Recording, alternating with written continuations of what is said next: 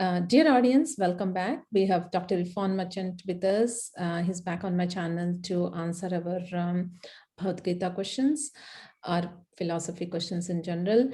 As you may remember, Dr. Irfan is an allopathy practitioner, a doctor turned Ayurveda practitioner. He's a diet and lifestyle consultant, Ayurveda diet and lifestyle consultant. He's also a Bhagavad Gita scholar, and he's very much interested in Upanishads and philosophy.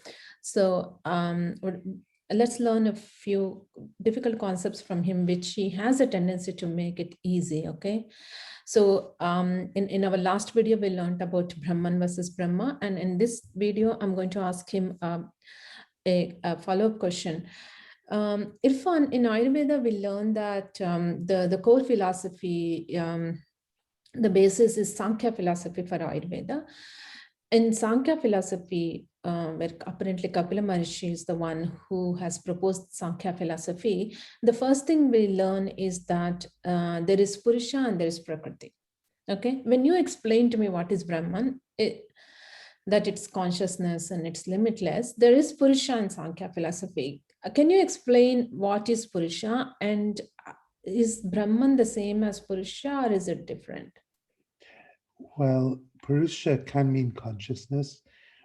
I think it's more accurate to call it the conscious observer.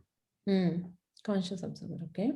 And then along with Purusha, you have Prakriti, the observed object. Prakriti is so the creative force. Subject-object duality in Sankya philosophy. Purusha is the subject and Prakriti is the object. Okay. Whereas the Sankya philosophy is dualistic. It has is based on a duality. Okay. That there's a difference between Purusha and Prakriti. Whereas non-dual Vedanta is Advaita Vedanta is non-dual. So it's based on Brahman, which is a non-dual reality. Okay. So we could say that Brahman is prior to Purusha and Prakriti.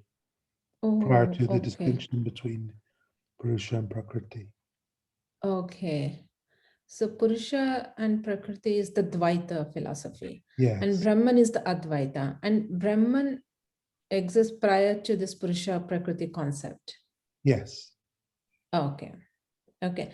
So the Brahma in the religion side, who is different from Brahman, the concept, Brahma is the creative energy that is represented, figuratively represented as a male person. Yes. And his female consort is Saraswati, who is the Buddhi, who represents Buddhi. So the yin-yang energy. So Brahma and Saraswati, are they similar to Purusha Prakriti, or are they again different concepts? Yes, perhaps I'm more familiar with comparing Purusha and Prakriti to Shiva and Shakti, actually. Where Purusha is like Shiva and Prakriti is like Shakti. Right. In fact, in the tradition known as Kashmir Shaivism, then Shiva Shakti emerged from Paramashiva, which is a bit like Brahman, and then Shiva and Shakti become Purusha and Prakriti. Oh, okay. You're right, because Brahma is the actual creator, whereas Purusha is choiceless observer.